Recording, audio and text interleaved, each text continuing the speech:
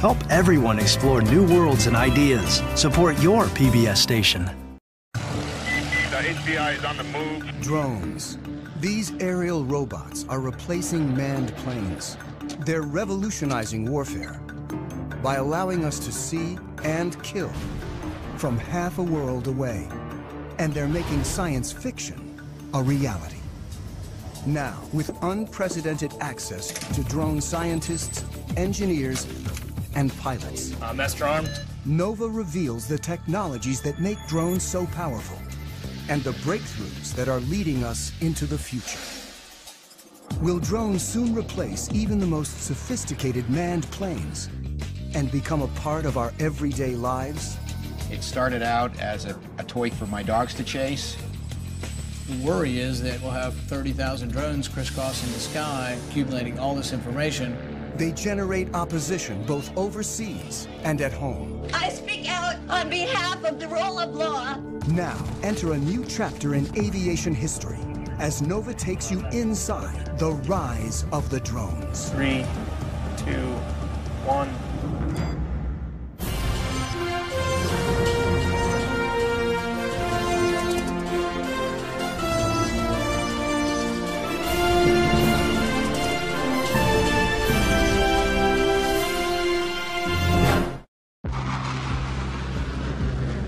This is the ultimate melding of man and machine. The U.S. has more than 2,300 manned fighter planes. Tiger 2, Dark Star Pictures. And pilots like Matt McDonough have long been our heroes. The best fighter pilots that I've seen are the ones that can make a quick decision when things are happening very quickly. But a revolution is underway as manned planes are replaced by drones. Are we approaching a time when movies like The Terminator become our reality? God, some machines are starting to take over. A time when machines fly, think, and even kill on their own. Drones are aerial robots that carry visual sensors, navigation systems, Target acquired. and sometimes even weapons. They come in all shapes and sizes and go by a variety of names. The United States Air Force uses the term remotely piloted aircraft. They are also known as unmanned aerial vehicles, or as the media likes to call them, drones. Already, the Pentagon relies on a family of more than 10,000 drones, usually to spy, but sometimes to kill.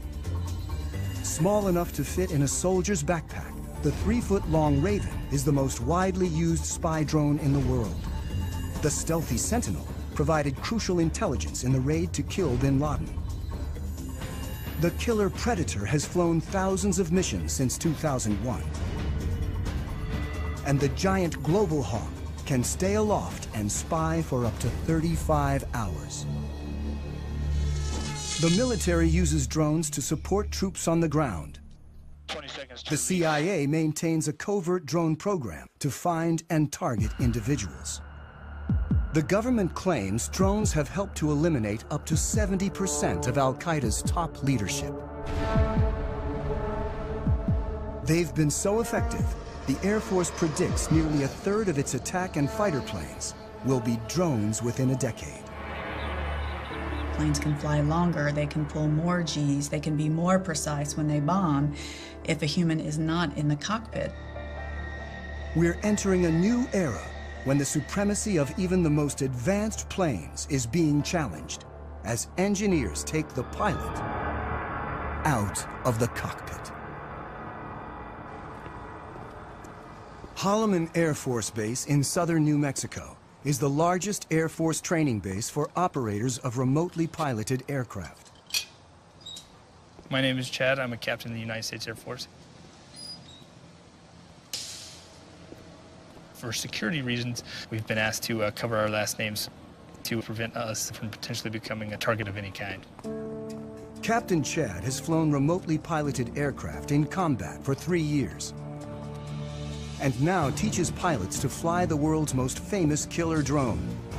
It's known as the MQ-1, or more commonly, the Predator. The Predator has changed warfare, but it's just a hint of what's to come. Where we are in terms of unmanned aerial vehicles is about the same place we were with biplanes right after World War I. We are at the very, very early stages of realizing what the potential of unmanned aerial vehicles are. Unlike complex fighter planes that are engineered for speed and agility, the Predator is built for endurance, so it needs to be light and efficient. It's the weight of a pickup truck or so, about 2,000 pounds, and it's balanced pretty evenly on the wheels. And with one hand here, I can lift it up and set it back down. The propeller-driven Predator cruises at only 84 miles per hour, and its four-cylinder engine burns about 300 times less fuel than a fighter jet. I can't say exactly how long it can stay up, but it is possible to stay up over 24 hours. A typical fighter plane can only fly for about 2 hours without refueling, and short angled wings keep it fast and maneuverable. But the Predator hovers 5 miles up, often in uncontested airspace, and its long wings maximize lift. So as you can see, it's got some flex to it. With no pilot to protect, a remotely piloted aircraft is much lighter and simpler than a manned plane. On a fighter, the pilot's support equipment and ejection system alone weigh as much as a Predator, which in place of a cockpit has a satellite control system. It's essentially the brains of the aircraft. It gives us the ability to communicate, control, keep link with the aircraft, and navigate it. The Predator's sensor ball carries daylight and infrared cameras. We can easily make out people from 5-6 miles away. The sensor ball also guides the Predator's 2 Hellfire missiles. From right here, we fire the laser, and the laser spot hits the ground, and then once we fire the missile, this is the seeker, so this seeker will find that laser spot on the ground and travel to that spot, giving us a very precise capability of employing weapons.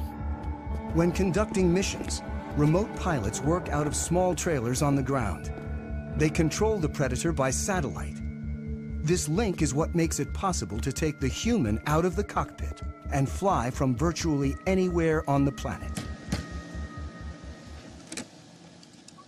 It's tight, about the size of a normal shipping container. And a shift, it could be anywhere from 2 or 3 hours up to 8 or more hours, depending on the situation. From trailers like this, pilots of the Predator and its larger cousin, the Reaper, have killed thousands of individuals since 2001. In this clip from Iraq, a Predator pilot sees 2 insurgents firing mortars towards a coalition airbase. He tracks them and finally shoots. Flash. The pilot's role is to support troops on the ground and go after threats while trying to minimize civilian casualties. With such high stakes, pilots like Chad need ongoing training. Today, he'll be flying the Reaper in an exercise 50 miles away in the New Mexico desert. All right, Greg, you're going to be my HVI. I have Shadow on station. He's going to be watching you. You're going to be on a group of former soldiers working for a company called Rally Point will run an exercise in which Chad will hunt down insurgents in a mock village. We'll strike you there. Once you die, stay there, drive. 2 will play insurgents, and 1 will be a soldier on the ground communicating with Chad. About to take off now, so we're going to push the throttle up. And there we're up in the air. The training mission offers a rare glimpse into the mechanics of how the U.S. uses drones to support troops and prosecute its war on terror. The goal is to make it as realistic as possible, so pilots can avoid mistakes when in battle. They should be checking in here probably in the next 20 minutes or so. It's going to be an MQ-9 Reaper. If they're at 25,000 feet, which they generally work, we're not going to be able to see them at all. It takes about half an hour to reach the mock village. Drones like the Reaper can fly on their own using autopilot and preset GPS locations. But the Air Force still keeps human hands on the controls at all times. People have this concept of either it's a manned plane and the pilot's doing everything, or it's an unmanned plane and it's something out of the Terminator movies. The reality is It's in the middle right now for both the manned and the unmanned planes. Our mind tries to put it in terms of robot or human, but the reality is a mix. As Chad pilots the Reaper, his sensor operator, Jay, controls the cameras and lasers. On the ground, the fake insurgents enter the village as the Reaper hovers miles above. Bones 3-4, rally 2-0, stay status. Rally from Bones 3-4, we have eyes on the target. Chad gets direction from the soldier, whose handheld receiver and computer allow him to see what Chad sees. Chad's call sign is Bones. The soldier goes by Rally. And Rally from Bones, we have 2 packs moving around inside the northwest corner of the compound. Bones 3-4 from Rally 2-0, continued shadow. The soldier directs Chad and Jay to follow an HVI, or high-value individual, dressed in black. Rally from Bones 3-4, looks like the one individual wearing black is now getting on the motorcycle and departing the group. Depending on the situation, the decision to kill comes from an intelligence officer who could be anywhere, a battle commander on the ground, or sometimes the pilot. Bones 3-4 from Rally 2-0, looks like that personnel is stopping. Bones 3-4, that's a firm, that's what we got up here. All right, what I'd like to do is go ahead and prosecute 9-line Bravo 1. Copy. Master armed. The sensor operator targets using the laser. This will be a run against the target under our crosshairs. 10 seconds to release. Sensor, you ready? Copy. 3, 2, 1, rifle. And Bones 3-4, weapons away. 25 seconds time to flight. The Predator uses laser-guided Hellfire missiles. The weapons that can be used operate with an air distance of less than 9 feet. You can put a weapon through a window-sized opening with ease. 5, 4, 3, 2, 1, splash.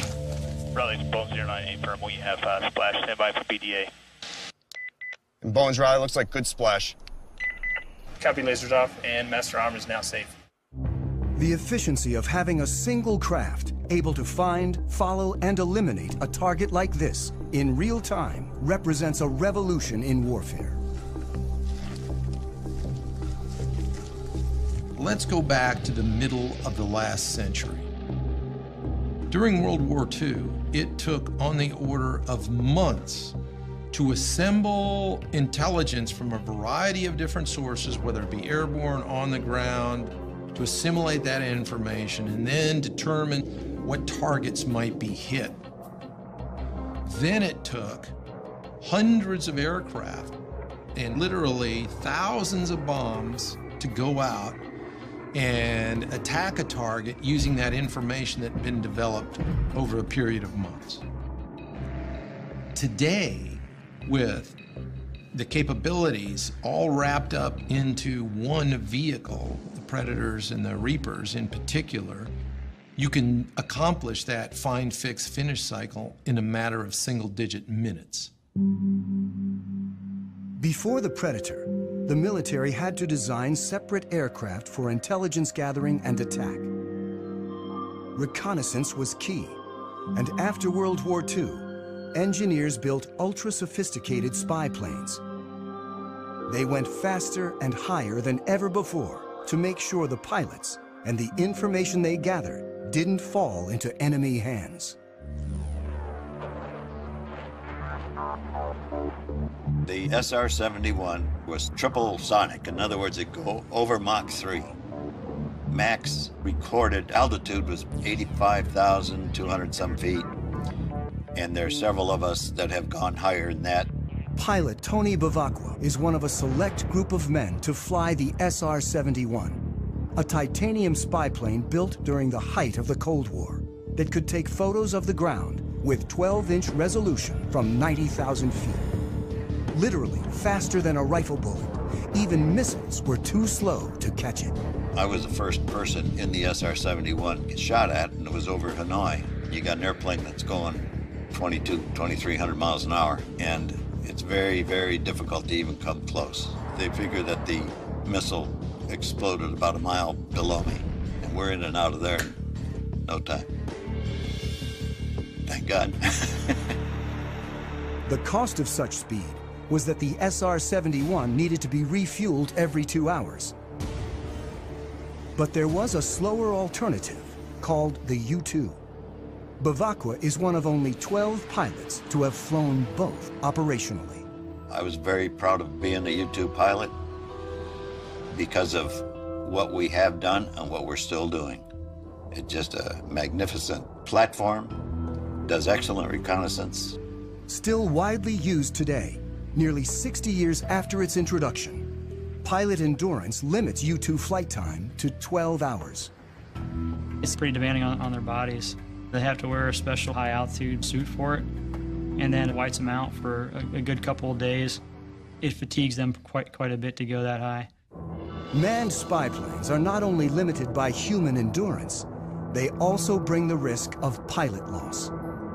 In 1960, Bavakwa's friend, Francis Gary Powers, was shot down while flying a U-2 over the Soviet Union.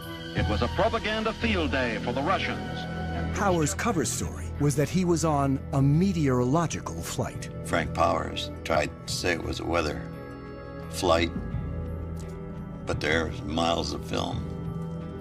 And so it was easy to discern what he was doing. Khrushchev denounced the United States with every epithet in his vocabulary.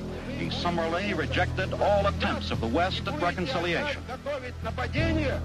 Powers was imprisoned in Russia for more than 2 years, creating a major international incident and clearly demonstrating the need for unmanned spy planes. It was a development from the pilotless aircraft principle.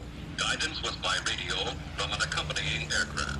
After reaching altitude... As early as World War II, once at altitude, airplanes could be controlled by radio signals after the pilot bailed out. But for decades afterwards, before GPS, drones were limited by primitive autopilots and navigation systems. In the 60s and 70s, drones crashed constantly, including the most advanced unmanned aerial vehicle, or UAV, the Aquila drone, that averaged a crash every 20 hours. It was a small propeller drone that would fly over the battlefield and gather information and beam it back to you. The problem is, back in the 70s, the technology wasn't ready yet. It was a $1 billion program by the time they got just a couple prototypes. I was frustrated that the U.S. could not make UAVs really work. Abe Karam is the father of the Predator. This is one of 2 small UAVs built in my garage between 1980 and 1983. I was borrowing $18,000 a year from family. That's all we had. Everything was built with the lowest possible technology. We were trying to show that if you design the best you can, then you are going to get performance by design. On his first prototype, the Albatross, Karam placed the engine and propeller in the rear so they wouldn't interfere with the delicate sensors up front. And the inverted tail is also still visible on its famous descendant. Down-deflected tails are there to protect the prop, so when it tilts back, it's hitting the skids and not hitting the propeller. An ex-fighter jet engineer, today Karam designs and builds planes at his company in California.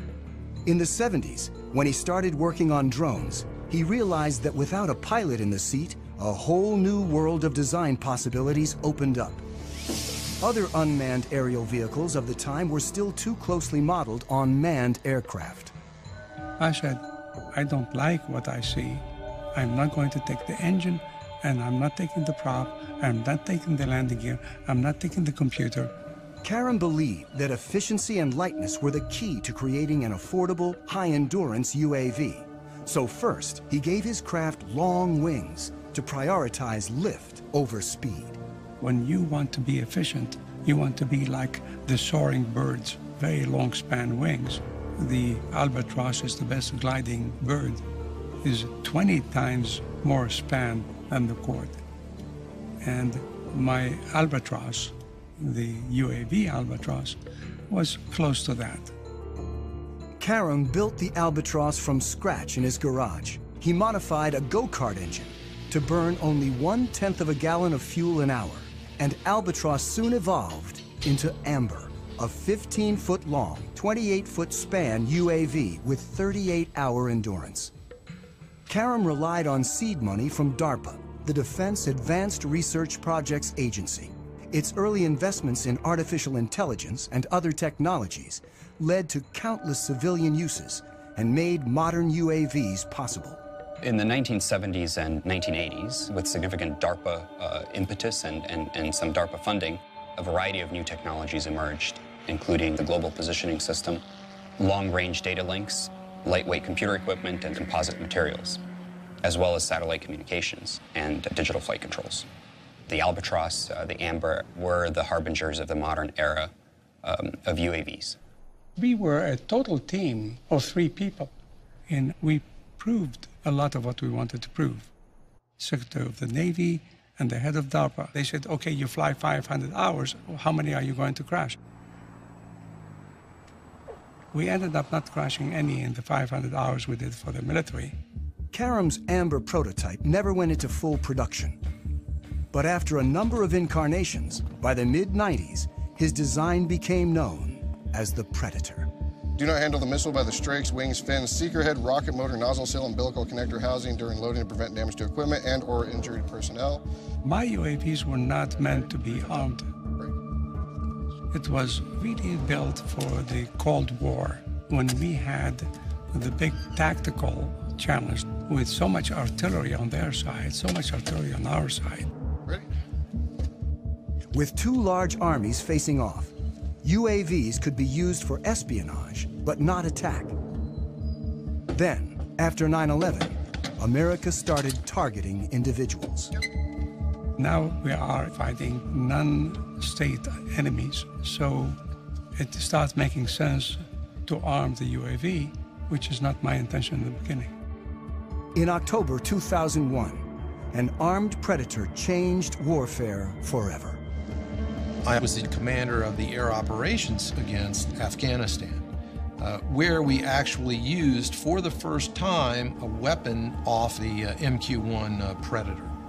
The advantages were enormous, order of magnitude beyond where remotely piloted vehicles had been just 10 years prior in Desert Storm. Since this initial strike, drones have proven so effective that the Air Force is now training more remote pilots than manned fighter and bomber pilots combined. So, play on the scenario. At Holloman Air Force Base in New Mexico, instructor Major Jason teaches this new generation of pilots. Adam 03, loud and clear. The stakes are high when operational, so they begin on video simulators. He invents practice scenarios, programmed using Xbox video game controllers. Adam 09 from Viking 01, you're cleared hot. Stuff that we can't do in the real plane, I can do anything here, because the world's whatever I want it to be. 3, 2, 1, rifle. It's a controlled environment, and we want them to learn here, so that way when they do go operational, you know, they've already made all those mistakes. Pilot, it doesn't look like I ever turned the laser on, so I don't know where the missile went. How did that happen? If that would have happened in real world, that'd be a really, really bad day. Unlike fighter pilots who train for a minimum of 2 years, remote pilots learn to fly their increasingly automated drones in less than 1. The FAA did a study recently that showed that pilots with real flight experience in manned aircraft are actually worse UAV pilots than those that have no flight experience and really come in off the street. You actually bring in a skill set that you don't need and a set of expectancies that you shouldn't have when you're flying a UAV if you came from a manned aircraft. So the Air Force is taking officers off the street with no flight training and putting them through the program, and they've been very successful. They come here, they never went to pilot training like I did. They're here for a few months and then they have to go operational, so it happens real fast. Adam 09, rifle time of flight, 15 seconds. And when pilots go operational, despite being half a world away from the action, it all feels very real. Adam from Viking 01, copy splash. It's not like a video game at all. There's no reset button, there's no, there's no turning it off. In real strikes, like this one in Iraq, technology actually allows drone pilots to see more than manned pilots ever have. Because we have such a long loiter time, there's potential to have eyes on the target that we are going to blow up for hours ahead of time.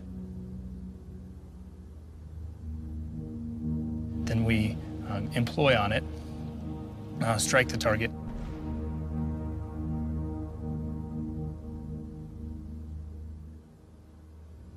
And then stick around for another few hours to watch what happens afterwards.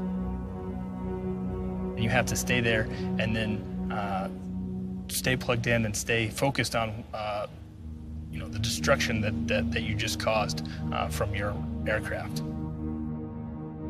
In 2012 alone, the U.S. carried out hundreds of drone strikes across 4 countries. Afghanistan is the only publicly authorized war, while strikes in Pakistan, Somalia, and Yemen are covert CIA operations performed without putting American lives on the line. The technology has enabled us to set aside some of the risk factors of sending a pilot in harm's way. So it's meant that we've conducted a lot more strikes that would have been more problematic if we were using manned systems. The U.S. claims drones have decimated al-Qaeda's top leadership while causing limited civilian casualties. But the facts are hard to come by. We know fairly well how many strikes are occurring. What we don't know is the details, who the targets were, whether they were actually eliminated, or whether some other people were killed, because verification is very difficult. There are no fully reliable counts of civilian deaths, but some critics claim that as many as 30% of those killed in the broader drone wars are civilians, and that the strikes turn people against the U.S. and violate international law. After more than 10 years of attacks, the U.S. officially acknowledged its use of drones to target al-Qaeda members in April 2012, when presidential advisor John Brennan gave a speech. The United States government conducts targeted strikes against specific al-Qaeda terrorists, sometimes using remotely piloted aircraft, often referred to publicly as drones. He was met with a strong reaction. Hundreds of innocent people we are killing with our drone strikes in Pakistan and in Yemen and Somalia. They deserve an apology from you, Mr. Brennan. I speak out on behalf of the Constitution, on behalf of the rule of law. I love the rule of law. I love my country. You are making us less safe by killing so many innocent people around the world. Shame on you. Thank you. It's very critical that the U.S. public understand what is happening with the use of this technology, because it is being done in the name of the United States. Drone technology enables America to strike virtually anyone, anywhere with ease, regardless of national boundaries. You've seen this deep controversy that surrounds these strikes in places like Pakistan or Yemen or Somalia, and a whole new series of questions for international law. The fact that you're not flying a human being across a national boundary still makes it an invasion of a country. We've entered an era where we are conducting an array of operations using unmanned systems that in a previous generation we would have called war, and we would have treated like war. When you're conducting more than 300 airstrikes into a country, you're conducting the equivalent of at least an air war campaign, but we don't call it that now. Drones can strike with pinpoint precision, but their visual sensors are limited in ways that can lead pilots to make mistakes. As they stand now, the limitations they have with the Predator is not being able for the pilot to look around and see what's going on. When the operator zooms in to see detail, it's like looking through a soda straw, and the pilot loses the broader picture. These individual little small sensor balls could generally see only a very small area on the Earth, even if you're up at 20,000 feet. I can't look out and see that maybe there's something else going on outside and around me. So the crew's grasp of the situation can be limited. And when they zoom in, they sometimes lose sight of key details on the ground. This secret 2010 transcript, obtained by journalists through the Freedom of Information Act, reveals what can go wrong. While supporting forces on the ground, a Predator team mistook a convoy of Afghan civilians, including women and children, for militants. The pilot asks, "Is that a rifle?" The answer is, "Can't really tell." After hours of monitoring, the ground commander calls in a strike. And 23 civilians die, in part because of limitations of the sensors. But engineers are working to create new sensors that can see more in greater detail than ever before. Today, we've developed sensors that can watch with an all-seeing eye and see an area about the size of a small city, all at one time. This is the next generation of surveillance. For the first time, we actually have permission from the government to show the basic capabilities. It is important for the public to know that some of these capabilities exist. Engineer Yanis Antoniadis designed the new sensor, known as Argus. With 1.8 billion pixels, it's the world's highest resolution camera. Argus fits inside this pod that attaches to the belly of a UAV.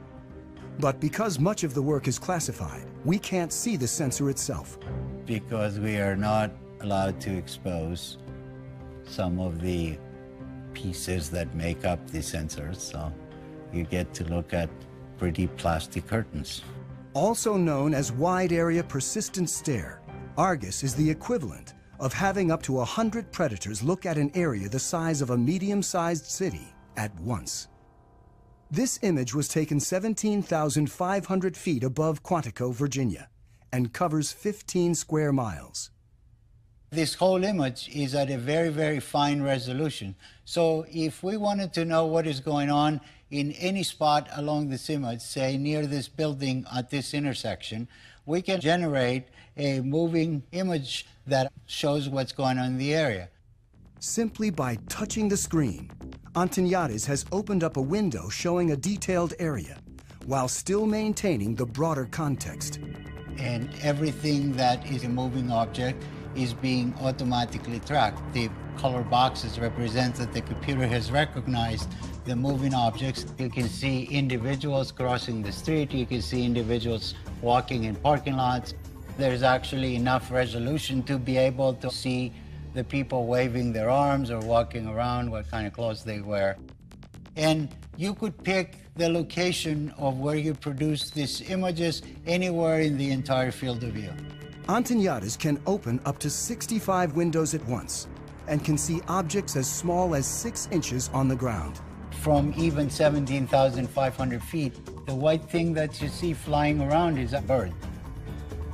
Argus streams live to the ground and also stores everything, 1 million terabytes of video a day, which is the equivalent of 5,000 hours of high-definition footage. So you can go back and say, I would like to see what happened at this particular location 3 days, 2 hours, 4 minutes ago, and it would actually show you exactly what happened as if you were watching it live. To create the world's highest definition camera, Antoniadis needed to design a new imaging chip. But DARPA, the project's funder, wanted to move fast and keep costs down. So he borrowed technology that most people have in their pockets. Inside this cell phone, we find a tiny little camera. So if you were to take off the majority of it, you'd be left with an imaging chip. If you were to take 368 of these and make a big mosaic out of them and start shooting images, now you have Argus. Unlike the Predator camera that limits field of view, Argus melds together video from each of its 368 chips to create a 1.8 billion pixel video stream. This makes it possible to zoom in and still see tremendous detail. Whether Argus has been deployed in the field is classified. I'm not at liberty to discuss plans with the government, but if we had our choice, we would like Argus to be over the same area 24 hours a day, 7 days a week. That's not very easily achievable with manned platforms. This is where UAVs come in, and they're absolutely the perfect platform.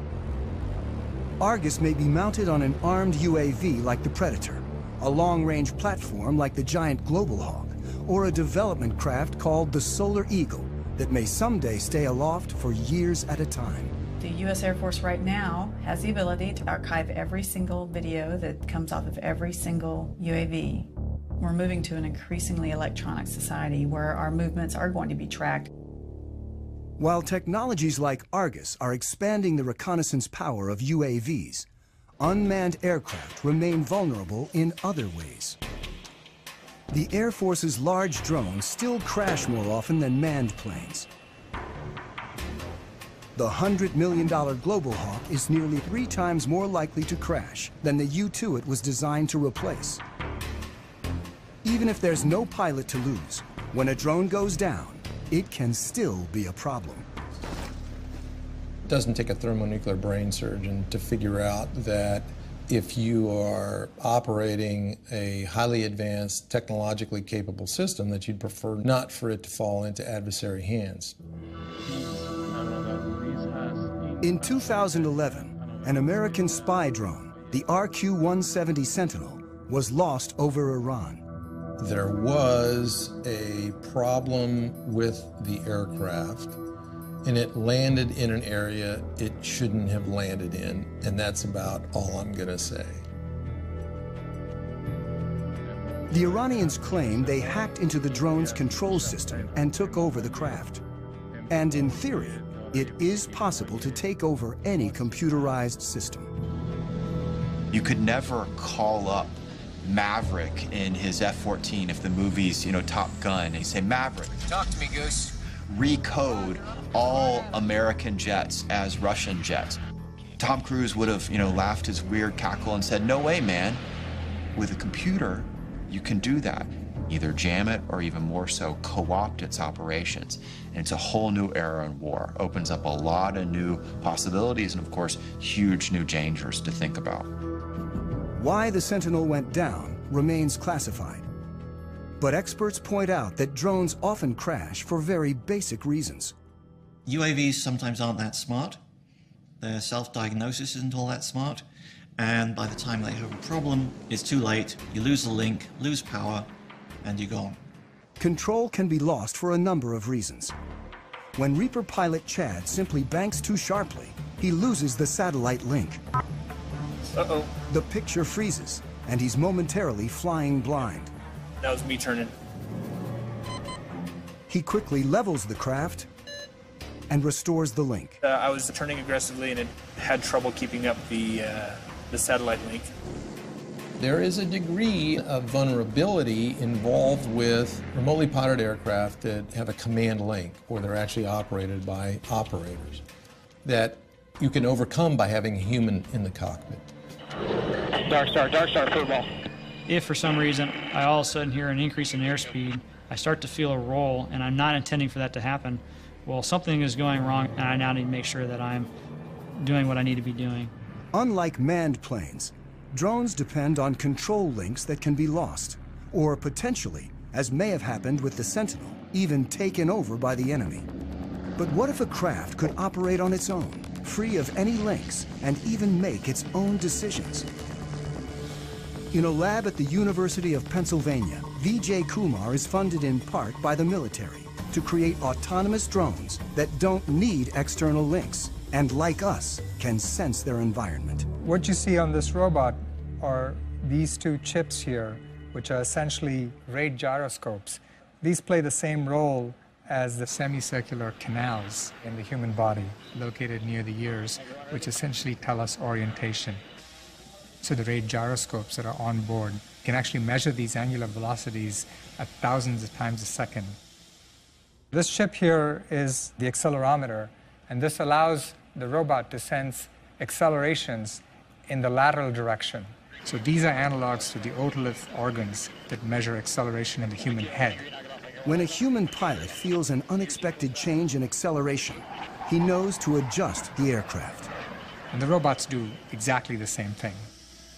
The sensors adjust the craft by changing the relative velocities of the rotors and allow the drones to follow a leader with precision. A fundamental problem in coordinating multiple robots is the ability to maintain formations. What a robot has to do is determine where its neighbors are and figure out what the relative position is, and then monitor that relative separation very carefully. You only need to tell one robot how to move, and the other robots essentially maintain formation by just keeping a specified relative distance. In the figure eight, they come within inches of each other, so they have to combat aerodynamic effects from their neighbors, and they have to have very, very precise control.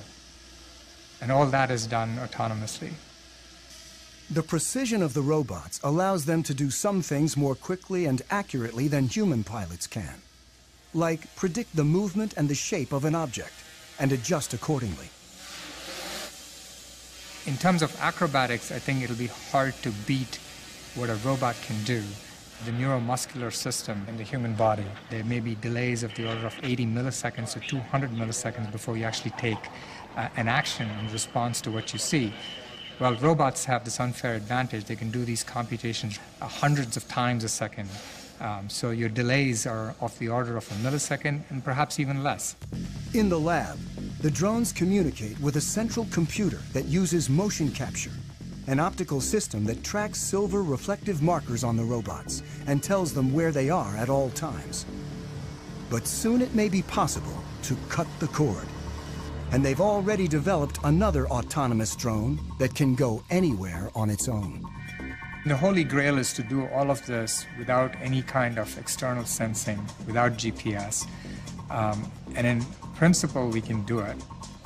These bigger robots actually rely on observations of external features to tell them where they are in the environment. This drone carries a laser rangefinder that determines distance to obstacles and a depth camera that reveals 3D information about the surroundings. They carry on board the processing power, the sensors that are necessary to look at the environment, to reason about the environment. So they can take their relative location and the location of the features to build a three-dimensional map. Well, I'd like to see this technology being used for humanitarian purposes. Imagine there's a 911 call from the building. I think we'll soon have the technology that enables, let's say, 20 UAVs to just swoop through the building and within a minute find out who's in each room and then communicate that to firefighters who are waiting outside. But any technology that you develop, there are always people who are going to use it in ways that the designer never intended them to be used. And the key components of drone technology are already available to virtually anyone. Over there. I got into the hobby about 4 years ago. It started out as a toy for my dogs to chase. I'm pretty obsessed with the hobby. I am currently single, have been for 30 years. No kids. I just live here with my 3 dogs, and I get to spend nearly every night and every weekend working on these things. Corey Brixon of Orange County, California, is one of tens of thousands of drone hobbyists across the country.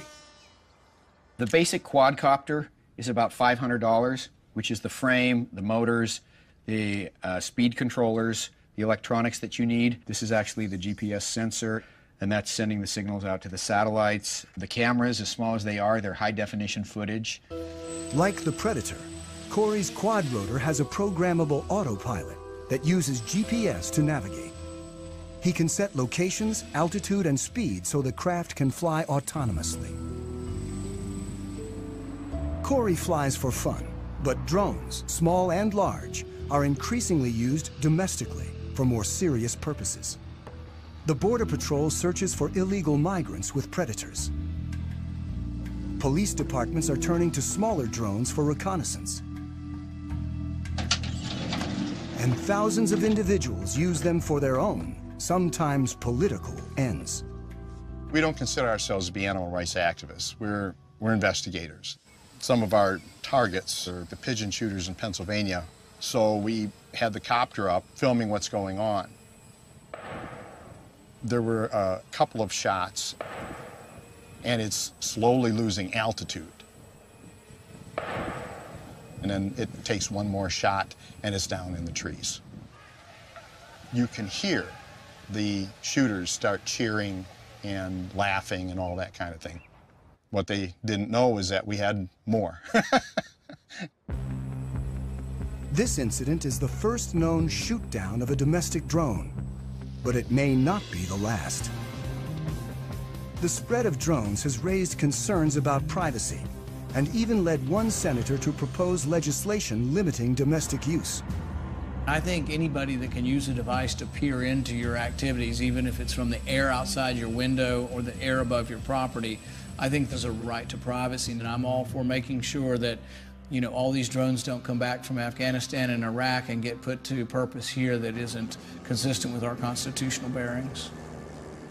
The worry is that in 2 or 3 years we'll have 30,000 drones crisscrossing the sky, accumulating all this information. It's a game changer, but it's not just an American revolution. There are more than 55 other countries right now that are building, buying, or using military robotics, particularly in the air. Iran recently announced it has its own armed drone with a range of over 1,000 miles. It's not known whether any of the technology was adopted from the lost U.S. Sentinel. But in the drone's arms race, the U.S. is constantly developing new technologies, like a small flying camera with a twist called Switchblade. The Switchblade will launch out of this tube, and the wings, the tail, the propeller will all spring open. That's why it's called Switchblade. And so when the operator finds the target by looking into the viewing screen, he'll then send a command to the Switchblade that'll enable the Switchblade to basically hone in on that target and detonate its explosive charge upon contact. It's a tool that our customers are very excited about, and it's a tool we think will protect our forces and help save innocent lives. Switchblade's already been deployed, and a killer drone that may someday replace a manned fighter is on the horizon.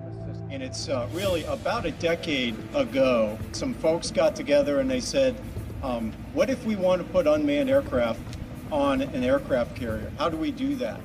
This X-47B prototype is the world's first tailless fighter-sized drone. But it's still a year or two away from its first goal, to take off and land on an aircraft carrier.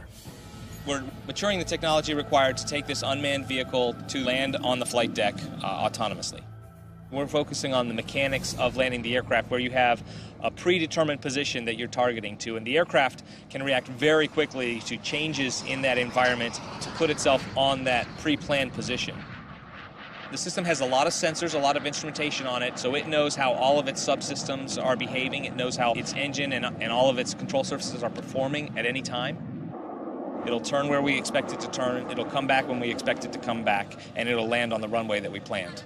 Drones are no longer just eyes in the sky, and someday UAVs like the X-47B may be involved in sophisticated attacks alongside manned jets. It's the idea of the mix, the team working together. That's probably the future. You won't see every plane on the aircraft carrier be one of these.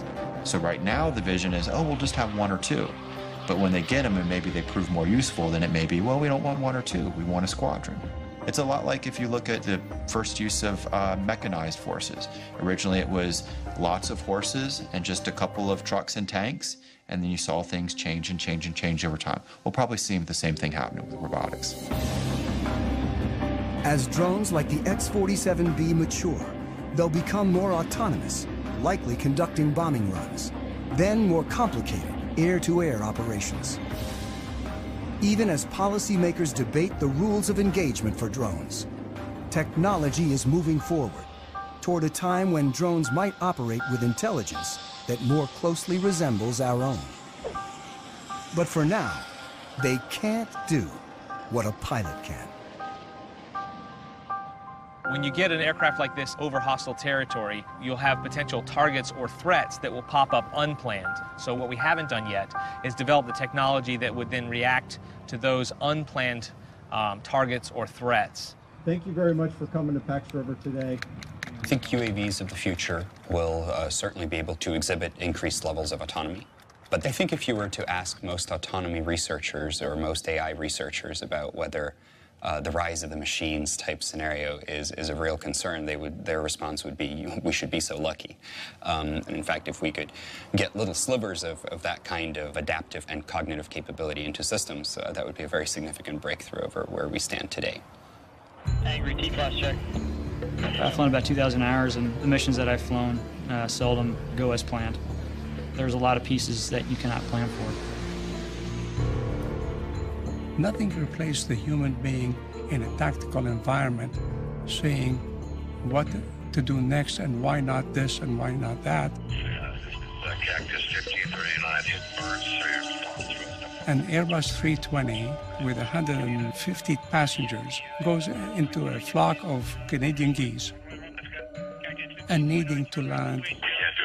I can't do it. I'm going on the Hudson. You want to be in a robotic 320 in that situation? Or do you want Sorenberg to land you? Because you can't anticipate everything. This ability to respond to the unknown may be the final hurdle if drones are ever to fully replace manned planes and start making decisions on their own. I think we're far, but let me say, I am the last guy who says, impossible. As human ambition drives innovation forward, the only thing that's certain is that the Predator and other drones of today are nothing compared with what's to come. Ultimately, DARPA's mission is the creation and prevention of strategic surprise. So if we are successful, we will all be surprised. Historically, you look at when the Wright brothers first flew in 1903. 100 years later, we were actively flying remotely piloted aircraft. So we're kind of on the ground floor now. There's nowhere to go but up.